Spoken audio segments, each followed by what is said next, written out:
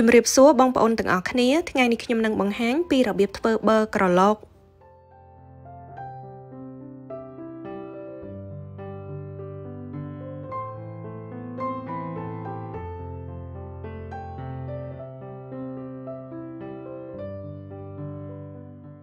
ចាននេះគឺជាគ្រឿងផ្សំសម្រាប់ធ្វើប៊ឺក្រឡុក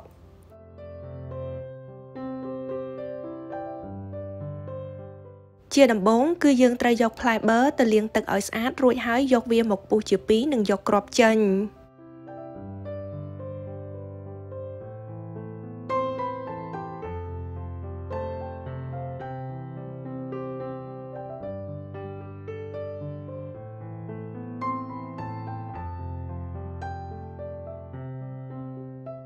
បន្ទាប់មកគឺយើងនឹងប្រើស្លាបព្រាដើម្បីដួសយកសាច់វាទុកមួយឡែក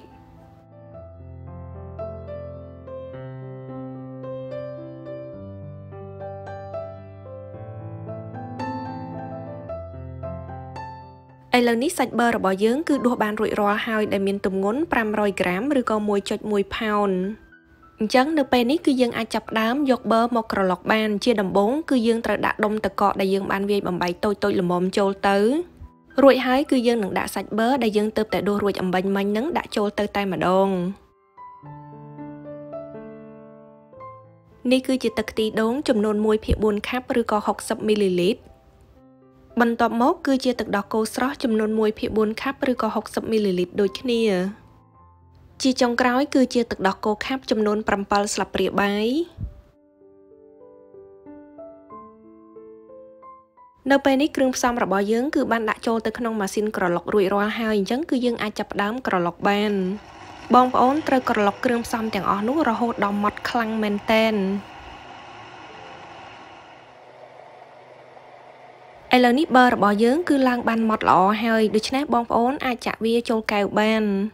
ទឹកប៊ឺក្រឡុករបស់យើងគឺមិនរាវខ្លាំងពេកទេហើយក៏មិនខាប់ខ្លាំងពេកដែរ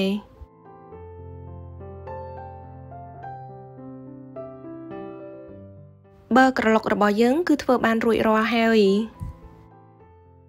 ចាអញ្ចឹងក៏សូមអរគុណច្រើនចំពោះការទស្សនាវីដេអូមួយនេះហើយប្រសិនបើបងប្អូនមានយោបល់ឬក៏សំណួរអ្វីគឺអាចសរសេរជា comment នៅខាងក្រោមវីដេអូ